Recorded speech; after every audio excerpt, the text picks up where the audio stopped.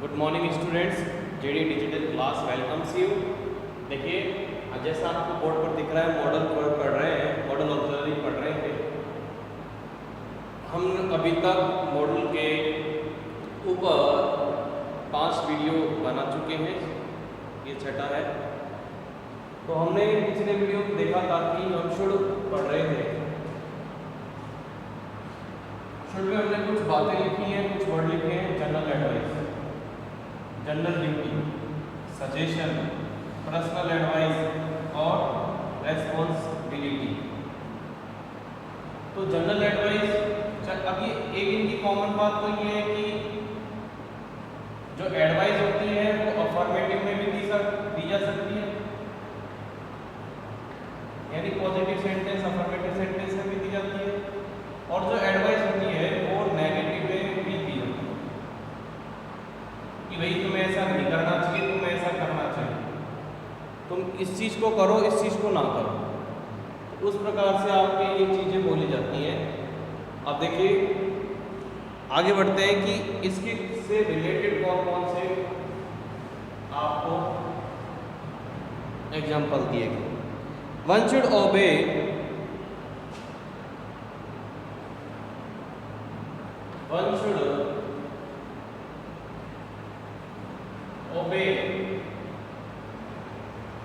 the teacher's instruction, कि टीचरों का कहना मानना चाहिए। ठीक है, we should consider the facts of this matter, we should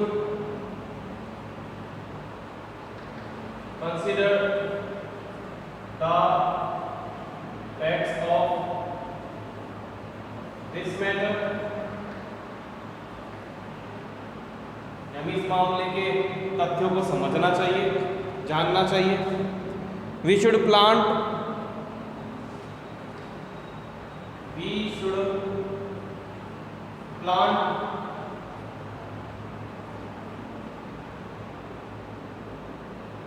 more trees, more and more. We should plant trees more and more, ज़्यादा से ज़्यादा, as much as possible। ठीक है, फिर आगे बढ़ेंगे। क्या लिख रखा है कि you should hard work, you should hard work। फिर the rich should help the poor। फिर यहां तक देखो आप, पहले में वन शुड ओबे। अब देखो ये एडवाइस है, जनरल एडवाइस है कि हमें टीचरों को कहना मानना चाहिए। वी शुड कंसीडर, हमें किसी भी तथ्यों को जानना चाहिए, तथ्यों के बारे में, किसी मैटर के मामले में हमें ज़्यादा से ज़्यादा पेड़ लगाने चाहिए, हमें ज़्यादा से ज़्यादा पेड़ लगाने चाहिए। नेक्स्ट है कि वी शुड हार्ड वर्क, हमें कठिन मेहनत करनी चाहिए। द रिच, जो अमीर लोग हैं उन्हें गरीबों की मदद करनी चाहिए। देखो कहीं ना कहीं इनमें सजेशन, एडवाइस या रिस्पॉन्सिबिलिटी कुछ भी समझ हो सकता है, वो केवल एक पर्सनल लेवल पर ही है, पर्सनल लेवल पर ही बातें ठीक है, पर्सनल लेवल पर। क्योंकि लोग इन्हें माने या नहीं माने ये उनके इंडिविजुअल डिसीजन पर ही डिपेंड करता है, इसलिए इन्हें हम जनरल वे में ही बोलते हैं।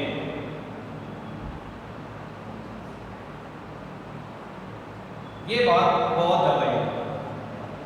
ये सारी चीजें अच्छी बातें हैं, मोरल एजुकेशन से रिलेटेड है, मोरल एजुकेशन से रिलेटेड है। ये पर्सनल लेवल पर ही इनको इंडिकेट किया जाता है, ऑब्जर्व किया जाता है, मगर जनरल वे में सीधी सीधी तरीके से बता दूं तो ये बातें कोई मानता है अथवा नहीं मानता है, कंसिडर करता है, नॉट कंसिडर करता है, इसलिए ये चीज़ें जनरल वे में मानी जाती हैं, तो हम शुड का यूज़ करते हैं। ठीक है, किसी के ऊपर प्रेशर नहीं है इन चीज़ों का। आप सोचते हैं तो आप करते हैं, अच्छी बात है, इसलिए इसको हम एक पर्सनल लेवल पर ही देखते हैं, ठीक है ना।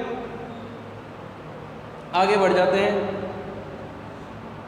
एक शुड का प्रयोग और दूसरे तरीके से कि मूव फास्ट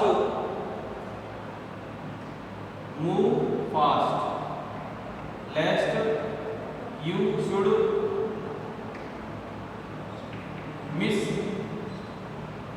द ट्रेन।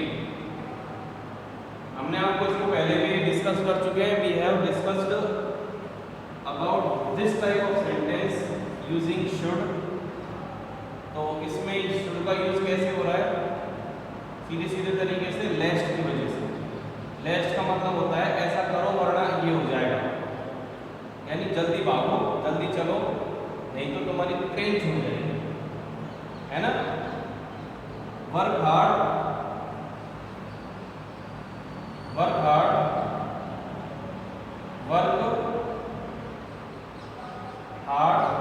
लेस्ट कठिन मेहनत करो, लेस्ट यू शुड लोअर मार्क्स, नहीं तो आपको कम मार्क्स मिलेंगे, lower marks. You should get lower marks. कठिन मेहनत करो, नहीं तो आपको यू शुड गेट या अचीव, जो भी है कम होगा, जो भी होगा आपके साथ कठिन मेहनत नहीं करोगे, चाहे मार्क्स हो चाहे अचीवमेंट हो। इसलिए यहाँ पर इसका दूसरा यूज, यानी आपको क्या करना है, लेस्ट दिख जाए तो आप शुड बनो। समझ में आ गया।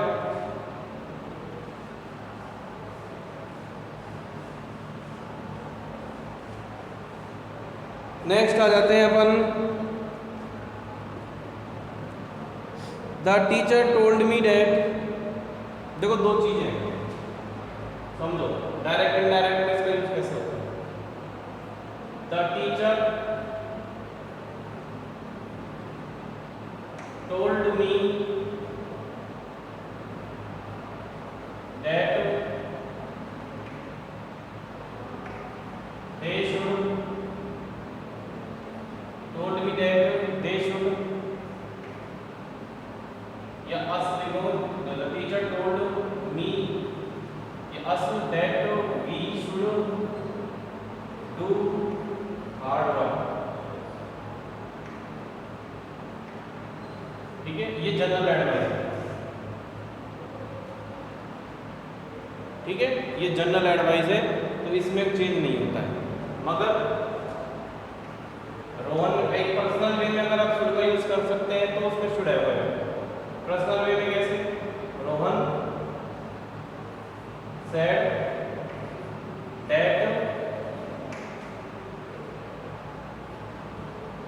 He should have got the money. तो यहाँ पर एक कैजुअल या पर्सनल तरीके से किसी के बारे में बोला जा रहा है, कोई उसको ऐसा करना चाहिए, मगर जनरल में नहीं।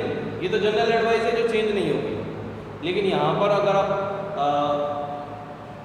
यूज़ कर रहे हैं शुड का, और बाद में अगर उसको शुड का शुड है यूज किया जाता है, अगर वो पर्सनल वे में बोला जाता है, व्यक्तिगत तौर पर बोला जाता है। यहाँ पर जनरल एडवाइस है, यहाँ पर उसको पर्सनलाइज किया जाता है। ठीक है भाई, आगे बढ़ जाओ। In conditional sentence to express, next है in conditional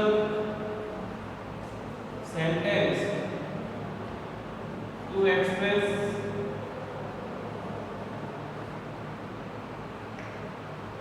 unlikely condition.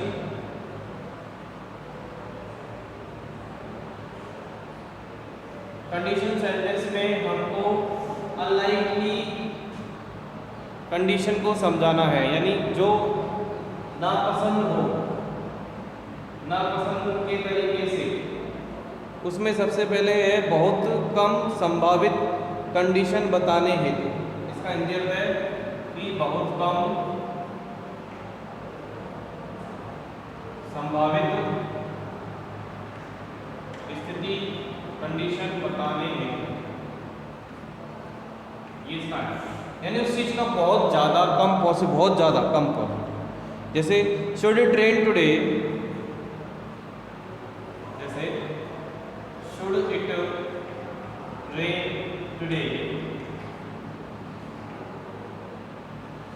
The evening will be pleasant, the evening will be pleasant, यानी बरसात हो जानी चाहिए आज, तो जो शाम है वो अच्छी हो जाएगी, सुहावनी हो जाएगी। तो यानी हमारी इच्छा व्यक्त कर रहे हैं, ये विलिंगनेस की है एक तरह से, इच्छा व्यक्त कर रहे हैं कि अगर ऐसा हो जाए तो ऐसा हो जाएगा। ठीक है। टू एक्सप्रेस अ डिजायर, फिर आता है, चलो इसको थोड़ा इरेज करके समझाएंगे।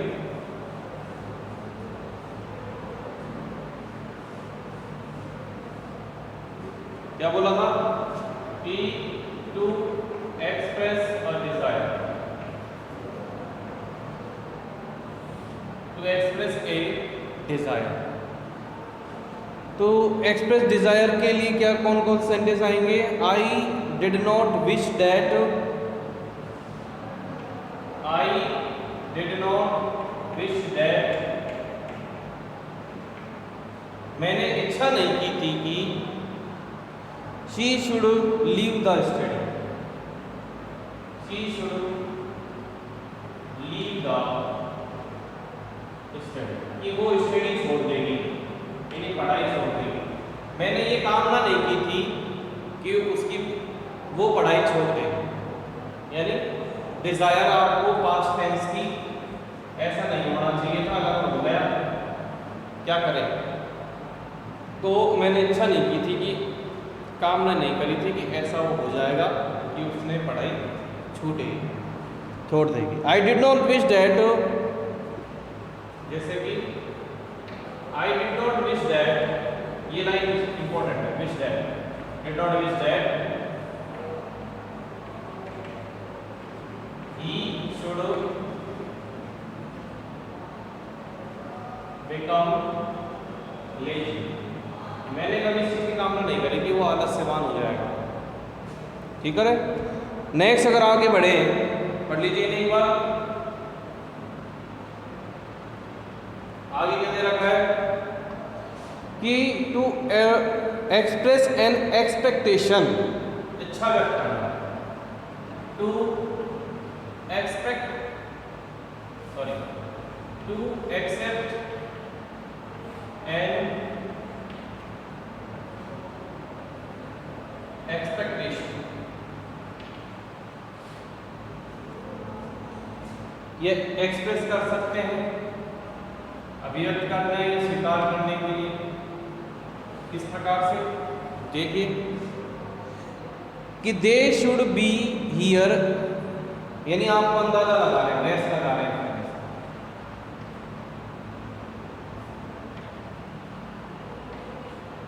कि दे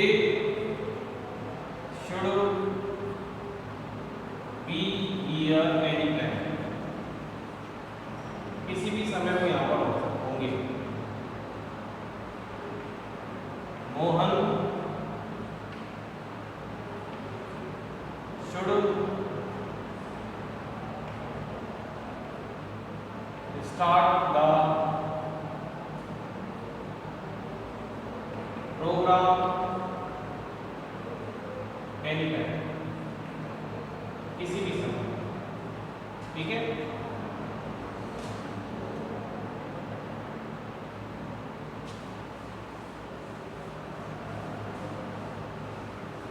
अब जैसे आपको मालूम है कि यहाँ पर अगर आपको ये लिख रखा है कि यू खालिस्तान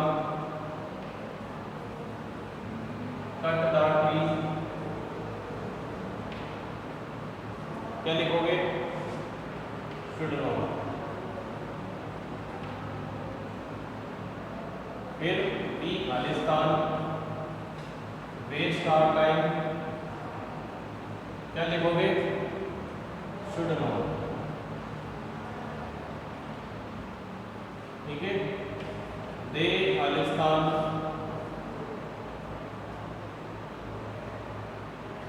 स्पीकेबल, दे खालिस्तान स्पीकेबल, आप लिखोगे शुड, ये इनको गंदा नहीं बोलना चाहिए, they should not speak it. इस प्रकार से शुड नॉट का यूज भी अपन देखते हैं। आगे बढ़े,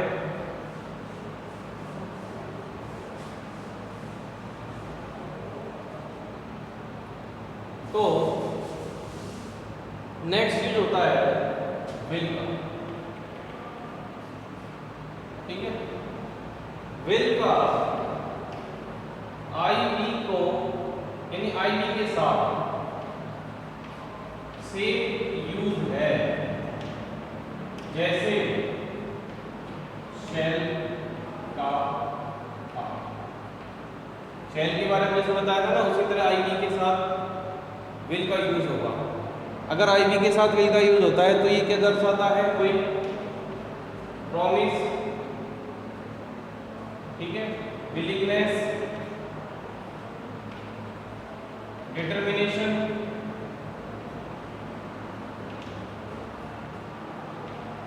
ऑब्स्टिनेट एक्सप्रेशन और इंटेंशन। ये वही चीज आ गई है सामने।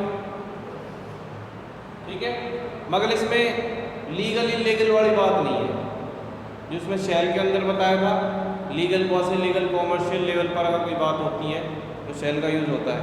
यहाँ पर वो चीज़ नहीं है, यहाँ पर केवल ये बताना है कि जैसे I will help you, I will buy a gift for you, a gift for you, I will buy a gift, मैं आपको एक उपहार दूंगा, खरीदूंगा आपके लिए, तो ये प्रॉमिस हो गया। I will get top rank, ये इच्छा व्यक्त हो गई, डिटर्मिनेशन हो गया। फिर अपन कह सकते हैं कभी कभी I will kill you, I will teach you a lesson, तो ये ऑब्स्टिनेट, डिटर्मिनेशन, इंटेंशन दर्शा रहा है। इस प्रकार से एकदम उलट है। फ्यूचर सिंपल में क्या बताया था कि आई बी के साथ शेल का प्रयोग, बाकी के जो नाउन प्रोनाउन है, सब्जेक्ट है, उनके लिए आप विल का यूज करोगे। यहाँ पर उल्टा है, और उल्टा जब यूज होता है अपोजिट वे में तो ये क्या हो जाता है, मॉडल ऑक्सिलरी वर्ब की तरह परफॉर्म करता है। ये चीज आपको ध्यान रखनी है।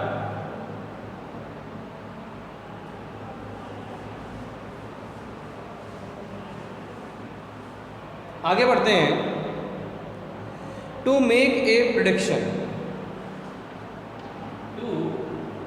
make a prediction,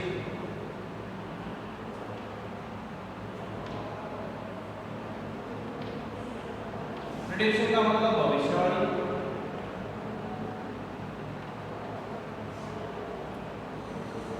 क्या होता है, भविष्यवाणी। द इंडिया विल बी ए, जैसे अपन बोलते हैं कि India will be A super power of the world, super power of the world in next coming years, in next 10 years, sorry. तो इसमें प्रेडिक्शन भविष्यवाणी। आप कहेंगे सर बी का प्रयोग क्यों हुआ? भाई ये डूअर नहीं है, ये हो जाएगा, करेंगे तो पड़ी। यहाँ लिखो आप कि we will make India a super power of the world in next 10 years। जब आपका आ जाएगा, क्योंकि डूअर आ रहा है, ये डूअर नहीं है, ये ध्यान रखो, इसलिए आपको पैसिव में लिखना है। फिर है आपके इनविटेशन और polite request, invitation and polite request. Invitation and polite request किस प्रकार से समझेंगे? Will you take a cup of tea? Will you take a cup of tea? Please या काइंडली। ध्यान रखना, शुरुआत में या एंड में कहीं पर भी यूज हो सकता है। बीच में होगा तो वुड का यूज करो।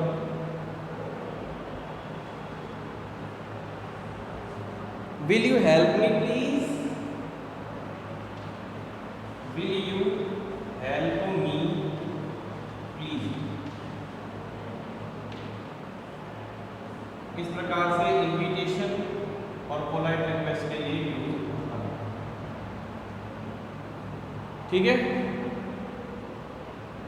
ये तो यहां तक आपने समझ लिया है। आगे बढ़ते हैं। एक और हमने आपको बताया था, दोबारा दोहरा देता हूं। In conditional clause to show agreement. In conditional clause to show agreement. In conditional clause to show agreement. अब देखो ये कैसे होगा कि we shall be very happy, we shall be very happy if you join us. यदि आप join करते तो हम बहुत खुश होंगे। या फिर if you help me I will